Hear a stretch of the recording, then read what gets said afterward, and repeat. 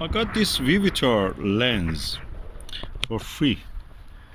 It's a camera lens, and I thought I can make a telescope with it, or it's kind of like a finder scope. And this 1¼ 25mm eyepiece doesn't go exactly on it, but anyway, with a little bit sellotape, sticky tape, I could fix it into it. And I must say that it's actually it's a telescope. You can use it like a telescope. And the only thing is that you have to turn this ring to come to focus. So quite interesting.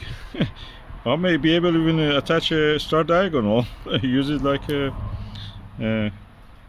expensive viewfinder. Anyway, this is Japanese style at the moment, so it's quite nice.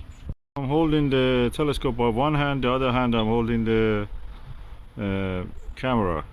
The rear view is much sharper than that, no chromatic aberration, but here you can see a little chromatic aberration. Probably that's because of the lens of the mobile camera is adding that. And yeah, you can see the chemtrail from the airplanes, you can see the oak leaves.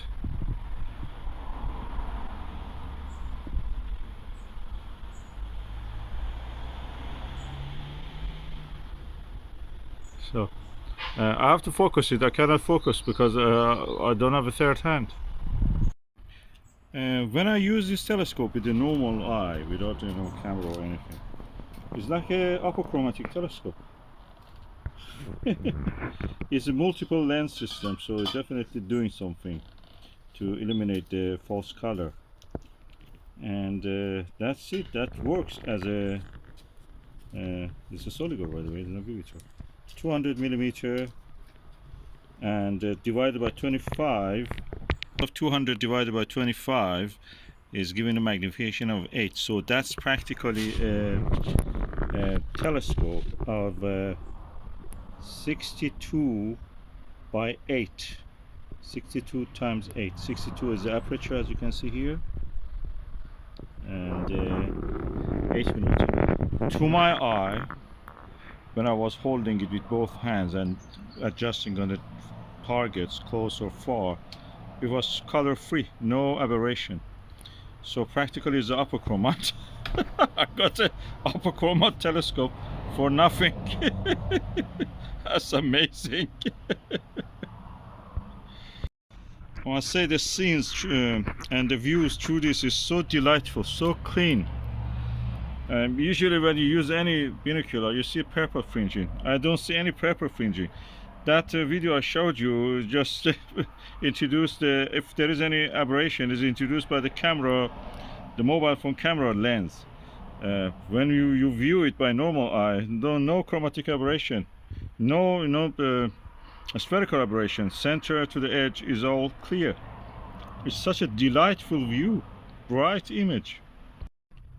And because this is a lens for camera, it has a diaphragm inside it. This diaphragm can work as a baffle to stop the stray lights. At the same time, it can work to change the f number, which is actually the purpose of it. So you can have a very long tube with this if you use the lower f number, like a longer f number telescope. Planetary, practically, we should say. And I have now find this little diagonal, prism diagonal for camera. I may be able to use it for this also. Hallelujah! I was able actually to find the right adapter. Don't ask me what adapter I used. This is one of the rings which came with my Quest or Field Maxotov telescope, and I found another adapter from I don't know where, something else. I don't know what was it used for. It came with another telescope, and so I'm able actually now to attach with a compression ring with one of this or just a screw, another eyepiece, an eyepiece to that. So all the sellotapes, everything is gone. The only thing remaining is just to wait for the right moment to actually use it in the night sky to see what we can see. Jupiter probably, or the moon. I feel the magnification may be a little bit increased now because the focal length is a little bit pushed back. So anyway, we will see. I don't expect it to be more than, you know, just 10 times. And if I change the eyepiece, of course, I will have more higher magnification. For example, this is 200 millimeter. That makes it 20 centimeter. And if I use, for example, 10 millimeter eyepiece, that gives me 20 times. If I use 5 millimeter, that gives me, 40 times. So it depends on whatever I will be using the eyepiece. So at the moment, I'm just using the widest angle eyepiece. This is practically now a quite posh, straight through finder scope, or is a apochromatic. Because it's apochromatic, I can adjust the, you know, the focus. You cannot do that with most of the finder scopes. I can focus with this. So what that means is that I can even attach a here, instead of this eyepiece, I can attach a diagonal if I want. Of course, I may not do it because I like it straight through. The purity of the image is much better than using a diagonal, which is an optical element and reduces the light and the clarity of the image. Oh, hallelujah! I can see the moons of Jupiter with the 10 millimeter eyepiece and this Soligor lens, which is 20 millimeter, and focal length, I think 20 millimeter, 20 centimeters, sorry, 200 millimeter, 62 millimeter eyepiece, 62 millimeter lens, and that's the planet Jupiter. Oh, that's so exciting! It comes to clear focus, nice. And it's a finder scope that you can use actually. I have to find an adapter for it, a ring or something to attach it. Oh, hallelujah.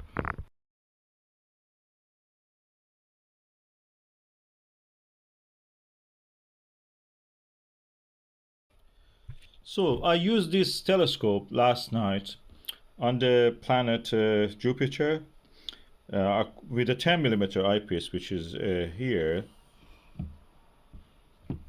This 10 millimeter one. I could see the moons of the Jupiter easy, and it was yet very wide angle. With the 25 millimeter one, you could barely see them, but yet anyway, I prefer the 10 millimeter for that. It's very wide angle when you use this one. Then I went earlier after the midnight. There was some gap in the clouds. I could see the Orion constellation. I could see the M42, beautiful, amazing. Belts of the Jupiter, beautiful. It's upside down, the image. So for when you see, you want to go down from the belt of Orion, actually it goes up. So you have to remember the direction. It's a telescope. It's a real telescope. It's not a terrestrial one. It's a real telescope, astronomical telescope. And beside that, there was no color fringing. The stars were sharp, pinpoint. I looked at the Castor Pollux. I looked at the Sirius, the brightest star in our sky. I looked at the Pleiades, the cluster, beautiful. With 10 millimeter, it was really lovely. 25 millimeter was very, wide angle. It's kind of a smallish, like as if you just with a normal camera you have photographed it. But with the 10 millimeter, I had a good magnification. I could see most of the stars in that, all those chains of stars, like diamond in the velvety background of the sky. I could see that.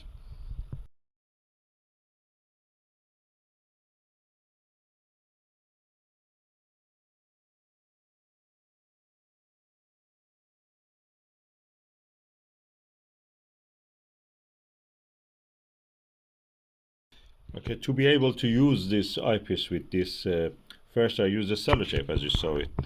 Then I found this adapter in my camera attachment for the Quest Star, but I know that this is a very common thing. You can find it in any camera attachment. Easily goes on this thread, this side of this, and then this side of it goes into one of these eyepiece holder things. I got it from another camera attachment, probably for eyepiece or something else.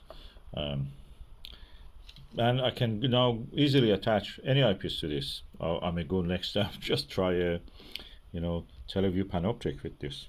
Who knows, it gives me the biggest, widest field of view.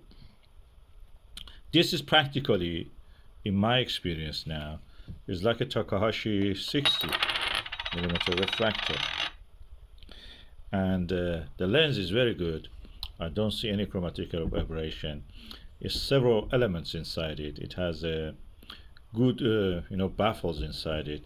It's really old made Soligor.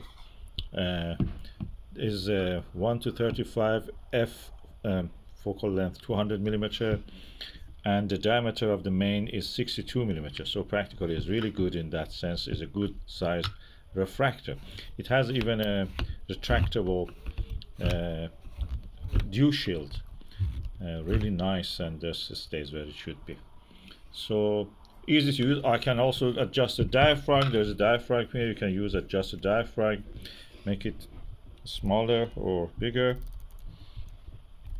and that keeps the stray light away. And beside that, you can zoom, focus on the actual scenery. Really good. I'm really happy with this. I'm just thinking about finding a way to permanently be able to attach it with a Vixen dovetail or anything, with a piece of wood attached to somewhere here, holding it, or with a Jubilee probably clip. Being able to attach it to a Vixen dovetail and then put it on a SkyT or any other telescope mount.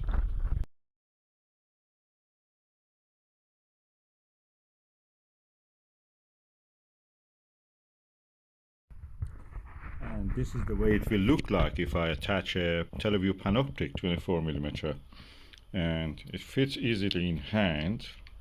Let me hold it like this Takahashi one. And that's it. You have a refractor, powerful refractor, cheap. The eyepiece costs you probably anything between 200 to 350, yeah, and the lens probably nothing, or at the most £5 or something like that.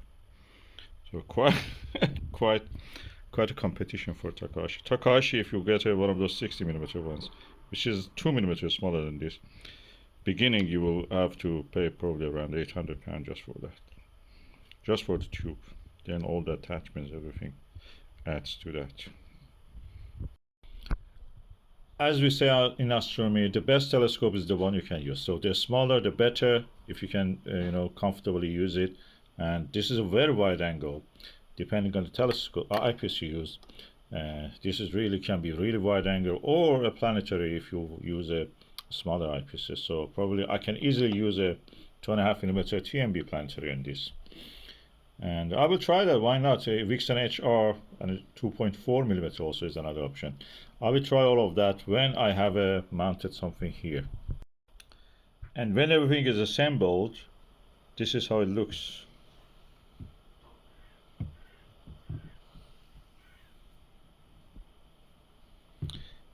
I think this is better than a finder scope because the image actually you can focus on it.